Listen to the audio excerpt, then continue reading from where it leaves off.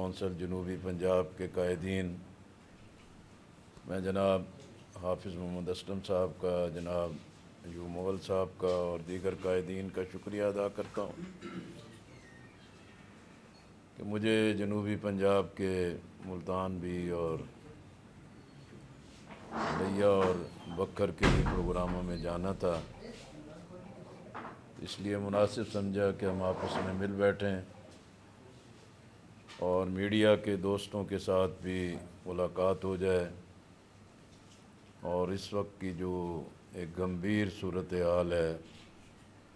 اس پہ ہم ملی یکجہتی کونسل کا موقف بھی اور بحیثیت مسلمان اور امت کے ہم اپنے نقطہ نظر کا اظہار کر سکیں۔ آپ کو معلوم ہے کہ ملی یکجہتی کونسل تمام دینی جماعتوں کا ایک مشترکہ ایسا پلیٹ فارم ہے جس کا یہ انتخابی اتحاد نہیں ہے، لیکن اتحاد امت کے لیے، فرقہ وارانہ ہم آہنگی کے لیے اور مذاہب کے درمیان ہم آہنگی اور باہمی اعتماد کے لیے یہ ایک بہت ہی اہم پلیٹ فارم ہے۔ علامہ شاہ احمد نورانی رحمۃ اللہ علیہ نے، قاضی حسین احمد رحمۃ اللہ علیہ، حضرت مولانا سمیع الحق شہید رحمۃ اللہ علیہ، مولانا فضل الرحمان صاحب، علامہ سید ساجد علی نقوی صاحب، پروفیسر ساجد میر رحمۃ اللہ علیہ، ان تمام اکابرین نے اس کارواں کو جوڑا اور اس کی قیادت کی اور یہ کام آگے بڑھایا، اور آج بھی الحمدللہ ملی یکجہتی کونسل پورے ملک میں ہم آہنگی کے لیے، وحدت اور یکجہتی کے لیے اور اتحاد امت کے جذبات کو پروان چڑھانے کے لیے ہم اپنا فرض ادا کر رہے ہیں۔ اسی طرح اسلام، مسلمان اور مسلمانوں کے درمیان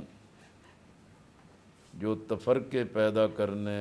فساد پھیلانے کی جتنی بھی سازشیں ہیں، ان کے سد باب کے لیے بھی ملی یکجہتی کونسل قومی سطح پر بھی اور اس کی صوبائی تنظیمیں بھی اپنا ایک رول اور کردار ادا کر رہی ہیں، اور ہمارا بنیادی موقف یہ ہے کہ ہم اور اس سے عالمی، استعماری یا قومی سطح پر اسلام اور انسان دشمن جتنے بھی رویے ہیں ان کے خلاف ہم استقامت سے اپنا ایک قومی اور ملی اور دینی فرض ادا کرتے ہیں۔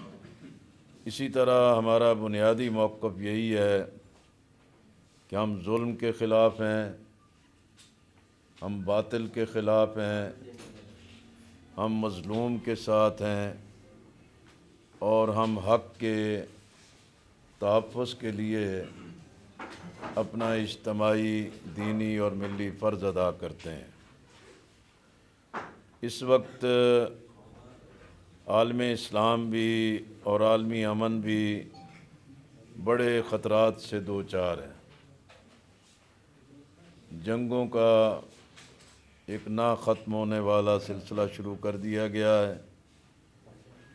اسلحے اور بارود کے ذریعے انسانوں کا قتل عام ہو رہا ہے، بستیاں تاراج ہو رہی ہیں، اقتصادی اور معاشی بحران ایک خوفناک شکل اختیار کر رہے ہیں۔ اسی طرح عالم اسلام بھی اس پورے صہیونی ایجنڈے کا سب سے بڑا ہدف ہے۔ اور اسرائیل کے ناجائز وجود کے تحفظ کے لیے امریکہ اور اس کے حواری پوری دنیا کو بدامنی کی ہماجگاہ بنا رہے ہیں، اور اس پوری صورتحال میں خفیہ یا چھپا ہدف چین ہے کہ چین کی بڑھتی ہوئی طاقت اور قوت کو روکا جائے۔ اس لیے امریکہ اور اسرائیل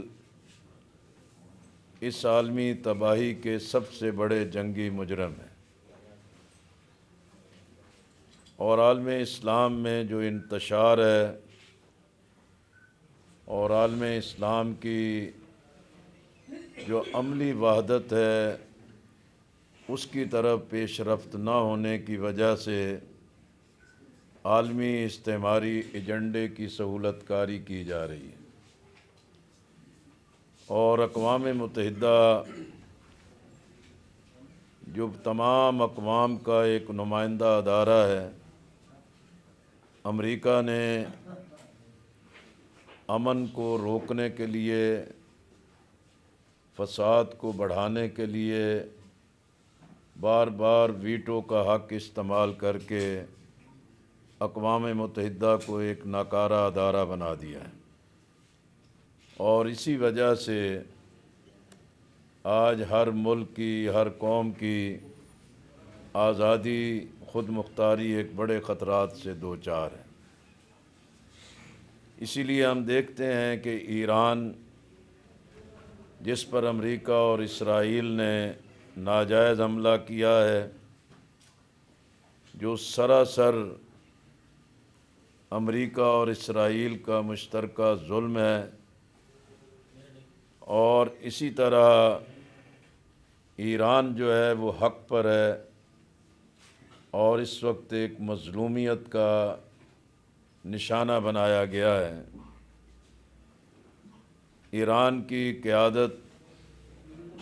اور رہبر کی شہادت نے پوری دنیا کو غم زدہ بھی کیا اور بڑا دھچکا بھی لگایا، اور اب بھی ایران کی قیادت کو ٹارگٹ بنا کے شہید اور قتل کیا جا رہا ہے۔ مسلسل بمباری کے ذریعے بستیوں، آبادیوں، سکولوں، معصوم بچوں کو ٹارگٹ کیا جا رہا ہے، اور اسی طرح اقتصادی پابندیاں عائد کر کے ایران ہی نہیں پوری دنیا کو توانائی بحران سے دوچار کیا گیا ہے۔ اور یہ استعمار، ان کا اصل جرم یہ ہے کہ انہوں نے 45 سال سے اپنے نظام کا تحفظ کیوں کیا ہے، اور ایران عالمی استعماری قوتوں کے سامنے سرنگوں کیوں نہیں ہوا، اور ایران نے فلسطین، ارض انبیاء اور بیت المقدس کی آزادی کے لیے ایک مجاہدانہ اور ہراول دستے کا کردار کیوں ادا کیا ہے، اور اسرائیل کے ایما پر امریکی صدر ڈونلڈ ٹرمپ کا حکم کہ ایران کے عوام نکل کھڑے ہوں اور رجیم چینج کر دیں، لیکن ایران کے عوام نے اسے ناکام بنایا ہے، اور اسی وجہ سے وہ اس زوم میں تھے کہ ایران پر حملہ کریں گے اور ایران کو ہر طریقے سے زیر کر لیں گے۔ لیکن آج امریکہ بھی اسرائیل میں ایران کے مقابلے میں ذلت، رسوائی اور شکست سے دوچار ہے، اور اب یہ بالکل واضح ہو چکا ہے کہ امریکہ جنگ کی بھیک مانگ رہا ہے، اور امریکہ اسرائیل کے ناجائز وجود کا تحفظ مانگ رہا ہے، اور امریکہ جو اپنے یک محوری طاقت کے فرعونیت کے منصب پر بیٹھا تھا، آج اسے ایک بار پھر بڑا دھچکا لگ چکا ہے۔ ہم ایران کے قیادت کی، عوام کی جو استقامت ہے اس کا خیر مقدم کرتے ہیں۔ اس طرح کا ماحول نہیں بننا چاہیے کہ جس سے امریکہ اور اسرائیل کو فائدہ ہو اور عالم اسلام اور مسلمانوں کو اس کا نقصان ہو۔ اور ہم سمجھتے ہیں کہ یہ موقع ہے کہ کشمیر اور فلسطین کا جو مسئلہ حل نہ کیا گیا، غزہ اور فلسطینیوں کو جو تباہی سے دوچار کیا گیا، اس پر عالم اسلام نے اپنا حقیقی فرض نہیں ادا کیا، جس میں آج وہ مظلوم، ان کا پاکیزہ خون اب ہم سب کے لیے بہت بڑا چیلنج بن چکا ہے۔ یہ صدر ٹرمپ نے بورڈ آف پیس بنایا اور جس میں پاکستان ہی نہیں 8 مسلم ممالک بھی اس کے ممبر بنے، اور حقیقت میں یہ ٹرمپ کا ایک دھوکہ تھا، فراڈ تھا۔ اصل میں وہ اسرائیل کی سرپرستی اور اس کا تحفظ چاہتے ہیں۔ اب یہ